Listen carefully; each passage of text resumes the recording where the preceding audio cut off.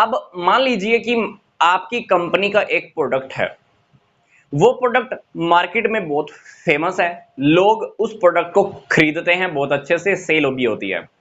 मान लीजिए 100 में से 50 प्रोडक्ट आपकी कंपनी के ही सेल होते हैं।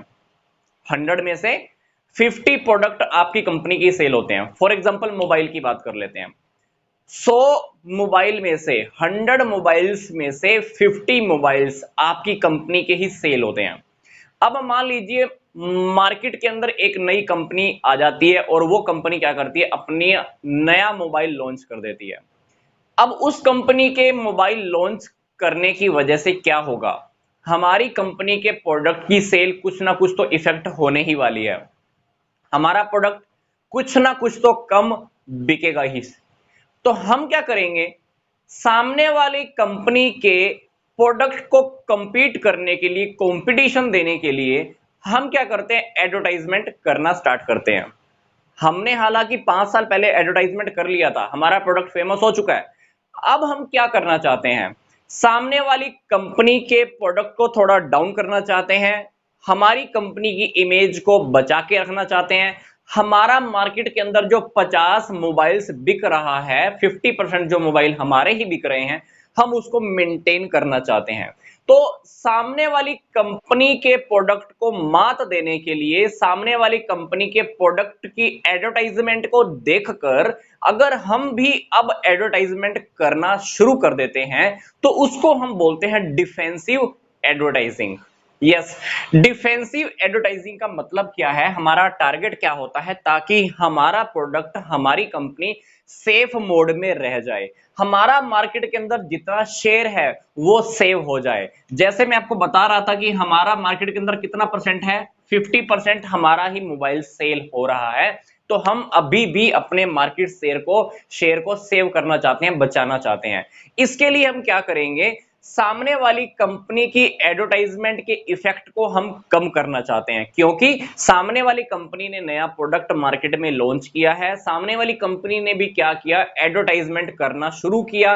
अब सामने वाली कंपनी की एडवर्टाइजमेंट करने की वजह से क्या होगा, सामने वाली कंपनी का प्रोडक्ट लोगों के मन के ऊपर छपना शुरू हो जाएगा। अब मेरा काम क्या रहेगा, मेरा काम यह रहेगा कि सामने वाली कंपनी की इमेज को थोड़ा कम करूं। उसके लिए मैं क्या करूंगा, हालांकि मैंने एडवर्टाइजमेंट नहीं की हुई थी, अब मैं भी क्या करूंगा, सामने वाली कंपनी की एडवर्टाइजमेंट को देखकर उसकी एडवर्टाइजमेंट का इफेक्ट कम करने के लिए मैं भी फिर से एडवर्टाइजमेंट निकाल देता हूं।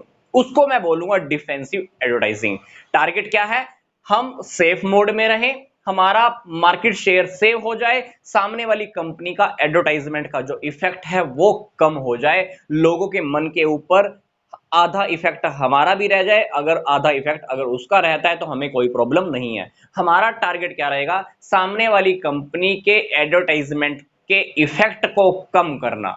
ठीक है, तो ये एडवर्टाइजिंग की कब जाती है, ये एडवर्टाइजिंग का हम टेक्निक फॉलो तब करते हैं जब कंपटीशन बहुत हाई होता है। हमको कंपटीशन बहुत हाई देखने को मिल रहा है, हमारा प्रोडक्ट हो सकता है कि सेल कम हो जाए, तो हम क्या करते हैं, डिफेंसिव एडवर्टाइजिंग निकालनी स्टार्ट कर देते हैं। इस प्रकार की एडवर्टाइजिंग के अंदर होता क्या है, सामने वाली कंपनी ने क्या किया, एक रोल मॉडल को चूज किया, किसी क्रिकेटर से एडवर्टाइजिंग करा ली, किसी प्लेयर से करवा ली, या किसी फिल्म स्टार से उन्होंने एडवर्टाइजिंग करा ली। तो मैं भी क्या करूंगा, सामने वाली कंपनी के एडवर्टाइजमेंट को देखकर मैं भी एक एडवर्टाइजमेंट निकाल दूंगा, और मैं भी क्या करूंगा, एक फिल्म स्टार को या एक क्रिकेटर से अपनी कंपनी के प्रोडक्ट की एडवर्टाइजमेंट करवा दूंगा। क्या होगा, सामने वाली कंपनी के प्रोडक्ट का जो इफेक्ट होगा वो थोड़ा सा कम हो जाएगा। अदरवाइज क्या होने वाला है, अगर सारा एडवर्टाइजमेंट, टोटल एडवर्टाइजमेंट अगर सामने वाली कंपनी का चलता रहा, तो सामने वाली कंपनी का ही प्रोडक्ट फेमस हो जाएगा, मेरी कंपनी के प्रोडक्ट को लोग भूल जाएंगे। मैं क्या चाहता हूं, सामने वाले की इमेज को थोड़ा सा कम करना, सामने वाले की इफेक्ट को थोड़ा सा कम करना। तो बराबर में मैं क्या करूंगा, मेरी भी एडवर्टाइजमेंट चला दूंगा। एक बार उसकी एडवर्टाइजमेंट आएगी, एक बार मेरी एडवर्टाइजमेंट टीवी पे चलने वाली है, या रेडियो पे चलने वाली है, या मैच के टाइम पर चलने वाली है। क्या होगा, इफेक्ट सामने वाला का थोड़ा सा कम हो जाएगा। ठीक है, तो मार्केट का शेयर जो मेरा है वो भी बचा रहेगा। तो इस प्रकार की एडवर्टाइजिंग डिफेंसिंग वाली कौन करती है, मोस्ट प्रोबेबली आपको देखने को मिलेगा, जैसे टूथपेस्ट वाली कंपनीज हैं, बहुत फॉलो करती हैं। कोल्ड ड्रिंक्स वाली कंपनी है, इस प्रकार की एडवर्टाइजिंग को बहुत फॉलो करती हैं। एक कोल्ड ड्रिंक के कंपनी ने क्या किया, किसी फिल्म स्टार से एडवर्टाइजिंग कराई, दूसरी वाली कंपनी क्या करेगी, दूसरी वाली कंपनी किसी और फिल्म स्टार को पकड़ेगी या किसी क्रिकेटर को पकड़ेगी, एडवर्टाइजिंग करा देगी, ताकि सामने वाली कोल्ड ड्रिंक की कंपनी का जो एडवर्टाइजिंग का इफेक्ट है वो थोड़ा सा कम हो जाए। ठीक है, तो ये था हमारा सिंपल सा